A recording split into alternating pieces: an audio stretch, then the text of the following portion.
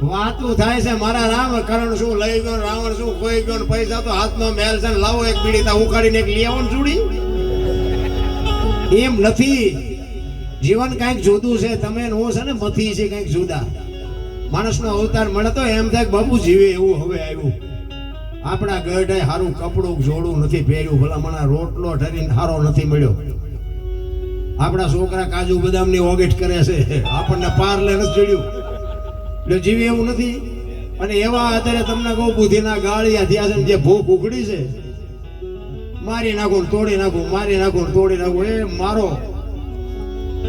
રામાયણ અને મહાભારત બે મહાપુરુષો બનાવ્યા છે પણ તમને મને એક કેળો બનાવવા માટેના ગ્રંથો છે રામાયણ એમ કે છે કેવા ભાઈઓ હોય કેવા મા બાપ હોય કેવી દીકરી હોય કેવી પત્ની હોય કેવી માં હોય આ જોવું હોય તો રામાયણમાં જોવું રડેલું ન ખાવું હોય મહાભારતમાં જોવું એટલે બધા ઠેકી ઠેકી નિમાજ પડે કૃષ્ણ પરમાત્માએ આ જ વાત કરી હતી દુર્યોધનને કે 5 ગામ તમે આપો હસ્તિનાપુરની ગાદી તમે લઈ લ્યો 5 ભાઈઓને ખાવું શું ઈ કે હોના નાકા ને હણી જેટલું નથી હોય કે બાસવું પડશે કે બાસવું છે પણ દેવું નથી એટલે શું કાઢ્યું બધાએ ના ઈમ નથી કઈ નથી પીધું તો આપણે ગમે ધોકા ઉપાડી છે આપણે શું કાઢી લેવાના હતા આમાંથી અને જો રામાયણ અખિલ બ્રહ્માંડના માલિક રામચંદ્ર પરમાત્મા સુધી વનમાં ગયા ને તેથી રામ લક્ષ્મણ ને કહે છે કે હું 14 વર્ષ કાલ પૂરા થઈ જાય હું આવતો રહીશ રાજનું ધ્યાન રાખજે બાપનું ધ્યાન રાખજે અને તેથી બાપુ જો ભાઈઓ આને કહેવાય લક્ષ્મણ કહે છે મોટા ભાઈ તમે મારા બાપ છો સીતા મારી માં છે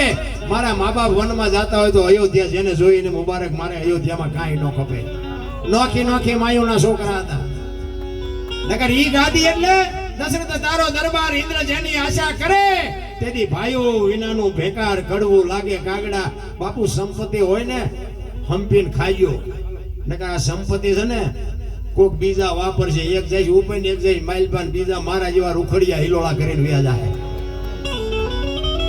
એક વેચ જમીન હાટું એક હગો ભાઈ હગા ભાઈને મારી નાખે અયોધ્યા જેવી ગાદી નોખા નોખા માયુના છોકરા તોય કોઈ ધણી નહોતો અને આજ અત્યારે આપણે જોઈએ એક વેચ જમીન હાટું હગો ભાઈ હગા ભાઈને મારી નાખે તઈ આપણને એમ તો ઘારી રામાયણ ક્યાં છે એક જાય ઉપર એક જાય માઇલપા જમીન તો અહીંયા પડી હોય પછી ઓલો જેલમાં જોઈને ખબર કાઢવા જાવ એટલે શું કે ઓલું ફસાવી કાઢું રહ્યું જાય ભલે જાય પણ મને બારો કટાવતા વેચ જવા દીધી હોત તો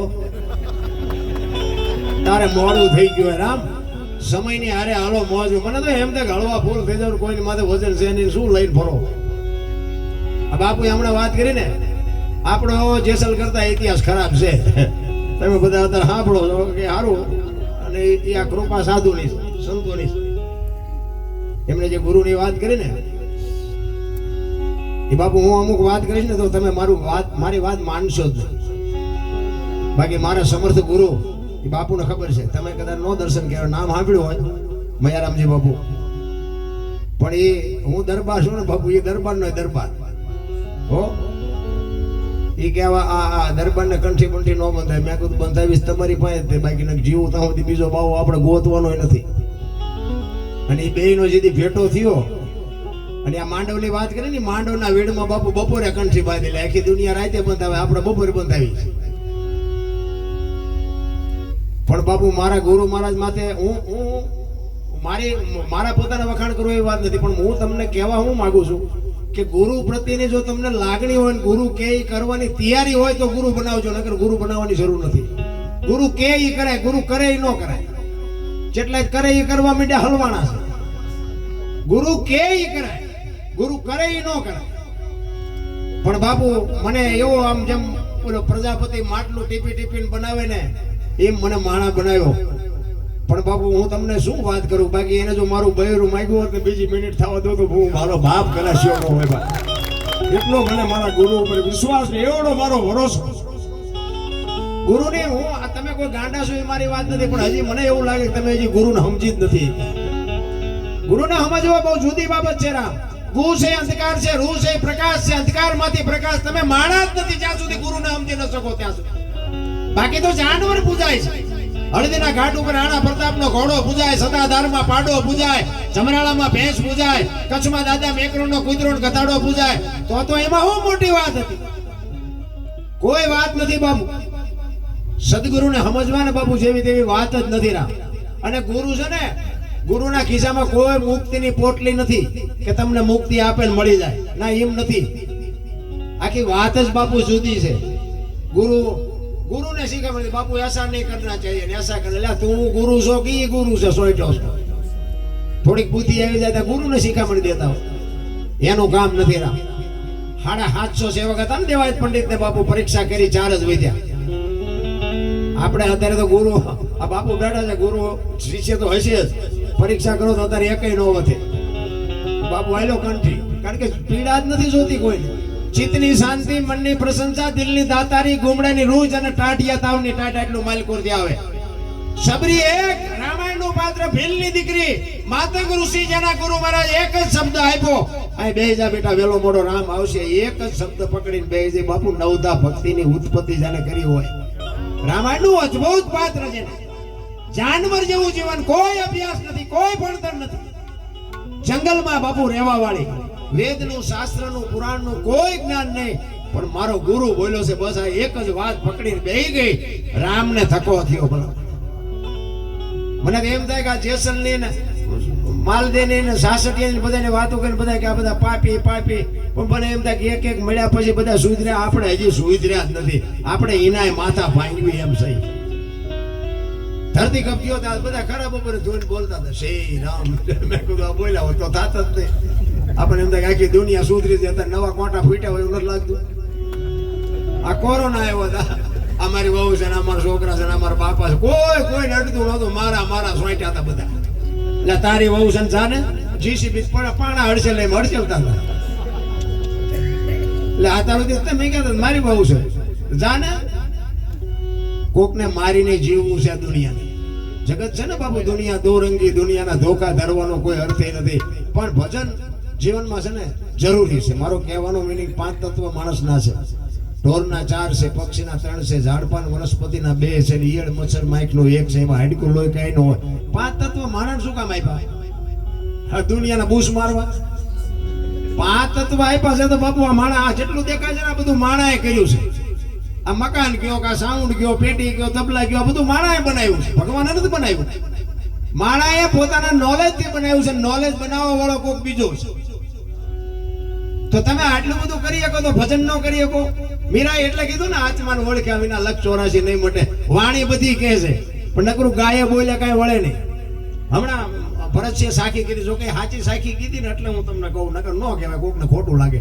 એમને ગણપતિની સાખી કીધી ને કે ગૌરી તમારા પુત્રને સૌથી સમરીય મોર, 100% સત્ય છે. ને તમે જ્યાં સાંભળો એ સાંભળજો. એ સાખી જેવી રીતે ગાય બધા, ગૌરી તમારા પુત્રને મધુરા સમરે મોર. ગણપતિને મોરને શું હગું શું થાય? શું હગું થાય? અને મોરને જો સમરતા હોય, ગૌરીના પુત્ર મોરને સમરતો હોય, તો પછી કાગડાને પારેવાને નિમ્ન નો સમરે. મોર આને શું હગું શું થાય? આ શબ્દની જ મારામારી છે. શબ્દ જો પકડાઈ જાય ને, કારણ કે કોઈ કહેતું જ નથી, બધા માથા જ હલાવે છે. મજા આવી, મજા આવી, પણ આ શું ગાયું એ તો કયો. એક વાણી કહે છે, પેલા મેં જન્મા, પછી જન્મા બડા ભાઈ ધામધૂમથી, મારા બાપા જન્મા, પછી જન્મે મારી માં. વાહ ભાઈ નાખે કે નહીં કહું છે? સાચું હોય, તમને ન સમજાય તમારો પ્રશ્ન છે. વાણી સમજવાની જરૂર છે, મંથન કરવાની જરૂર છે. ભોળાનાથ નો દીકરો કે ગણપતિનું માસું કે ભોળાનાથે કાપ્યું અને હાથીનું લગાડ્યું. તો હું એમ કહું છું કે કાપ્યું ત્યાં જ નહીં પડ્યું હોય. માણસ શરીર હાથીનું માસું તો આવડું હોય, ફેટ થાય તમને જેમ લાગે. તો હાચું જ છે, નકર તો હાથું નહીં કેવું છે. રેવા દેતા છે, મૂર્તિમાંથી જ પાડે હેઠા. આપણા ચકડા ગઈ ગયા એટલે નથી સમજાતું. આની માટે સદગુરુ જોઈ. એક વાણી કહે છે, રામ કિસી કો મારે નહીં, એસો પાપી નહીં રામ, આપે આપ મર જાતે ને કરતે કુડે કામ. રામ કે કોઈને મારતો નથી. તો વાલીને રાવણ ને આ બધાને કોઈને માર્યા હતા? રામાયણ કહે છે, હું નથી કહેતો. એ સાચું છે, નથી મારતો એ સાચું છે. આ સમજવા માટે સદગુરુ જોઈ. એમનામાં બધું સમજાતું હોત ને તો બાપુ આ ભેખની કોઈ કિંમત. અરે અમારા ગુરુ તો એમ કે કોઈ સાચું મળે, કોઈ ભેખ આમો મળે, અને તમે જો સીતારામ ન બોલી શકો ને તો મરી જાજો, કે તમને જીવવાનો કોઈ અધિકાર જ નથી. અરે સંતના બાપુ એક ટકોર હોય, ટકોર માણાની. એક સાચું હામું મળે ને તમારા મોઢામાંથી સીતારામ ન નીકળે તો તમને જીવવાનો અધિકાર જ નથી. અમારા ગુરુના શબ્દો તો બાપુ કાળજું ફાડી નાખે. અને એવા સંત વગર બાપુ ટીપું નથી પડે એવું કોઈને. અત્યારે બધા પંપાળે છે એટલે નથી ઉતરતું. આવતો રે બટા, આવતો રે, આવતો રે. આ બટા બટા નો કરાય, ચીપિયા ખખડાવાય. આ એમ આયલું છે બધું. અને સંતોને એમ છે કે આમના માંડ માંડ કઈક માર્ગે ચડતા હોય, દીએ નથી કઈ ભી મારતા. ધીરે ધીરે કઈક ફોલે. આ પ્રસાદી ખાવાનું પીવાનું ગાડલા ના બધું શું કામ છે? ભજનમાં મરે આવે ઈ હાટું, બીજું કઈ છે નહીં. કોઈ અરે ભલા અમે તો શરૂઆતમાં ભજન શીખ્યા ને, અમારા ગામમાં ભજન હોય ને તો 2 વખત કાવો આવે. કાવો, ચાય નહીં, નાસ્તો શીનો હોય. આ તો અત્યારે તમે જોવો તો કે સૂકી ભાજી છે, ભેળ છે. એટલે આ ભજનનો નિયમ નથી, પણ આ બધા ભજનમાં રોકી રાખવા હાટું જાતા આમ જો મરે તો માલપા. બાકી કઈ છે ને, હું તો સાચું કહું છું. એટલા માટે જોકે કલાકારો ઘણા છે, 1-2 ભજન કરીને પછી મારી વાણી વિરામ આપું.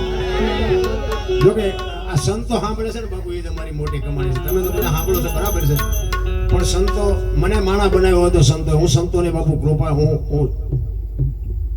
હો સલામું કરું છું કે આ સંત નો મળ્યા હોત તો બાપુ આપણો અત્યારે સરનામું લગભગ તો ભૂવાઈ ગયું હોય, રેશન કાર્ડમાં રદ થઈ ગયા હોય. હા, સંત નો સંસારમાં તો હળગી જાત બ્રહ્માંડ જ્ઞાન કેરી લહેર છે ઠારત ઠામો ઠામ. બાપુ માણા બનવું હોય ને તો સંતના શરણે જવું પડે. સાધુના શરણ સિવાય બાપુ પતે એવું ભજનાનંદી પુરુષની જરૂર છે. કાયા જેની કોબડી પડશે જેના પ્રાણ, સંતને સુરા નિભ જાવતી હોરઠ રતનની ખાણ છે.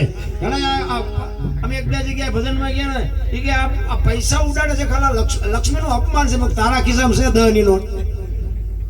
કોક નાખે, જો આ નાખી શકતા નથી, નાખે એ જોઈ નથી શકતા. અમે બોલી છે ને તો મારા દીકરામને એમ કે તમે આગળ આમ થોડુંક આમ બોલ્યા, થોડુંક આમ બોલ્યા. આપણે તો વિયાવો ના, અમને દુનિયા સાંભળે છે એ જોઈ નથી શકતા, એ બોલી નથી શકતા. એવી ઈર્ષા બાપુ આમાં હાલી છે ને. અમે આખી દુનિયા શીખામણ દેતા, પણ આ ઉપર બેઠા હોય એમાં ચેવો હાંપ હોય ને એમને ખબર. હા, આ બધા મારા અનુભવ છે. આ તો સાજિંદા આપણા ઘરના છે. બાકી મને બોલતા શીખડાયો સાજિંદા. જ્યાં 2-5 ભજન મને તો આવડતા હતા, પણ ભજન ગાઈએ ને આપણે ગાતા હોય કઈ આવડા વગાડે કઈ એવી હળ ન ઉજવા દે. અને ઓડિયન્સ હોય ને એ આપણને ગાડ્યું દે. બોલો ચિયા ગામનો હતો, ગાતા આવડતું નગદી આમને ઉઠાડ્યો, ગાડ્યું આમ ના ખવડાય. હવે આ તો ખાલી એક ભગવાનનું નામ લઈને હમણાં આપણા પંખીનો મેળો હમણાં ઉડી જવાનું છે. આપણે આનંદ કરીને ભગવાનનું નામ કોક લેતું હોય એને જરાક સપોર્ટ કરી આમાં આપણા બાપની લોન શું વહી જવાની હતી આમાં. પણ એટલી બધી ઈર્ષા છે ને, ઈ જ પીડા છે ને. મને એમ થાય કે ધર્મ ના આ કથા ને માંડવા ને પ્રતિષ્ઠા ને ભજન ને આખી દુનિયામાં તમે જુઓ ભક્તિનો રાફડો નથી ફાટ્યો. તો હું એમ કહું છું કે આટલી બધી ભક્તિ છતાં બગાડ કેમ નથી અટકતો? વિચારવા જેવું નથી. ખોટા રૂપિયા આપે છે એવી મારી વાત નથી, મંદિર ખોટા છે એવી વાત નથી, લાખો રૂપિયાના દાન આપે છે, 5-5 ગામ ધુમાડા બંધ જમે છે. તો હું એમ કહેવા માંગુ છું કે આટલું બધું ધર્મ હોવા છતાંય આ દુનિયામાં બગાડ નથી અટકતો. આનું કારણ શું છે? કઈક વિચારવા જેવું તો છે. માલપા કઈક ઊંધું તો રંધાય જ છે. જે રંધાતું હોય આપણે કોઈ વિચાર અંદર ઉતરવું નથી. પણ તમારો આત્મા શું કહે છે અંદર શાંતિ ઉપર હાથ રાખીને બાપુ રાતે વિચાર કરજો, ખરેખર સત્ય વાત છે કે સત્ય છે. અને જો આની અસર ન થતી હોય તો મને એમ થાય કે આવું કરવું એના કરતા ગાયોને 5 મણ ખડ નાખી દેવું સારું નહીં? શું મતલબ શું આનો? કોઈ મતલબ નથી. એ કથા તમે કરો, રામ કથા તમે ગામમાં બેહાડી હોય અને રામ કથા બેહાડ્યા પછી વાત તો મારી પાસે રામ કથાની એક જ હોય ને. અયોધ્યા નગરી દશરથ રાજા 4 દીકરા રામ વનમાં ગયા, સીતાજી રાવણ લઈ ગયો ને રામે રાવણ ને માર્યો ને આવતર્યા. વાત તો આવડી આજ છે ને, બીજું શું છે? એક ને એક વાત સાંભળીને શું કામ છે? પણ બાપુ રામાયણ વંચાતી હોય, રામકથા વંચાતી હોય, ભક્તા વાંચતો હોય અને રામનો ભરતનો પ્રસંગ આવે અને ભાઈ ના વિખવાદ હોય ને પ્રસંગ સાંભળીને જો વિખવાદ મટી જાય સમજી લેજો કથા બેહારી, નકર બધી ભવાઈ હતી. ભાઈ ના જો દુમેળ મટી જાય, હાવ વહુના દુમેળ મટી જાય તો સમજી લેજો કથા કરી. નકર તો અમારા જેવા કલાકારોને સાજીદાન સાઉન્ડ વાળા મંડપ વાળા ઈ હિલોળા કરીને જાય. તમે તો ન્યા કઈ વળે નહીં. તમારું કથા બાપુ જીવનમાં ઉતરવી જોવે. કથા બેહાડે કઈ ઓલા ગામમાં કે ફલાણે બે આપણે કે એના કરતા હારી કરો, બીજા ગામમાં કે આપણે એના કરતા હારી કરો. એટલે આમાં વાત કરવાની વાત નથી, જીવનમાં ઉતારવાની વાત છે.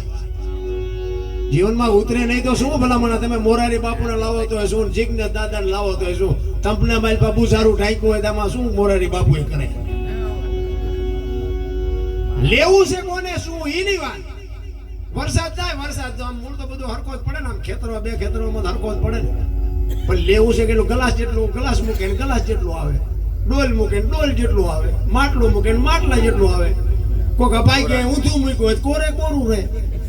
તમારે શું લેવું છે તમારે જોવાનું.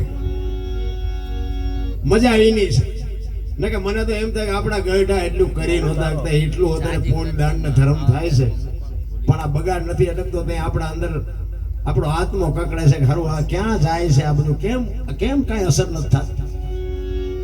એટલા માટે એકાદ ભજન કરીને પછી મારી વાણીને વિરામ આપું. બધા બાપભાઈ છે, નીતિન બાપુ ધાંગધ્રાથી આવ્યા છે, બધાને આપણે સાંભળવા છે. એટલે જોકે મેં હમણાં કીધું એમ ભજન વાળાની ભજન જગદીશભાઈ આવ્યા છે. જોકે રામભાઈ એકલા પ્રોગ્રામ કરે એવું છે. સાહિત્યકાર સારામાં સારું સાહિત્ય કરે છે, મજા આવે. અમે ઘણી વખત ભેગા પ્રોગ્રામ કર્યા છે, મજા આવે. અને આવા નિકાલે આ શિક્ષક છે ને, શિક્ષક એક માં હોય ને, એક માં એને એક કે બે દીકરા હોય ને, એ બે દીકરાની એક માં હોય ને બાપુ, એ બે દીકરીથી એક માં કંટાળી જાય. ક્યારેક ક્યારેક તોફાની છોકરા હોય ને તો એક માં કંટાળી જાય ને. આ શિક્ષક છે ને, શિક્ષક એના ક્લાસમાં તરીકે 40 છોકરા હોય ને, એ તરીકે 40 છોકરાની માં છે, એ માનું પાત્ર ભજવે છે. શિક્ષક છે ને એ તરી 40 છોકરાનું બાપુ લાલન પાલન કરે છે અને શિક્ષણ આપે છે. 40 માં જેવડી આ બાપુ શિક્ષક છે ને એક માં છે. શિક્ષકની નોકરી છે ને, હું તો સલામ કરું ખરેખર. પણ અમુક શિક્ષકના મોબાઈલમાં જરાક જોઈને તો એમ થાય આમને શિક્ષકની નોકરી મળી. બધા જાણો છો, મારે એવો કોઈ ખુલાસો ન કરાય. આ બધા કહે છે ને મેરા ભારત મહાન ને હિન્દુ રાષ્ટ્ર બનાના હે, ખટારા ઠાઠે લખે ભારત મહાન બને. હે મોબાઈલ ખોલો ને તો હિન્દુના ટાંટિયા તાણતા હોય છે, જોવો છો ને બધા. માફી માંગે હિન્દુ, મગાવે હિન્દુ, અને પાછા વાતો કરે હિન્દુ રાષ્ટ્ર બનાના હે. બનાવજો તમારે ઘરે એકલા. આ બને કોઈ દી જિંદગીમાં સપનામાં એનો વિચારતા કે હિન્દુ રાષ્ટ્ર બને, ભારત મેરા મહાન બને. ખોટી વાત છે. તમે હું જ્યાં સુધી સુધરી નહીં ત્યાં સુધી આમાંથી કાંઈ ફરક નથી પડવાનો. મને તો એમ થાય કે બગાડ મટે નહીં કઈ નહીં, પણ આ વધતો જો અટકે ને તોય ઘણું છે. આ એક જગ્યાએ જો ઉભો રહે ને બગાડ તોય આપણને એમ થાય ઘણું છે.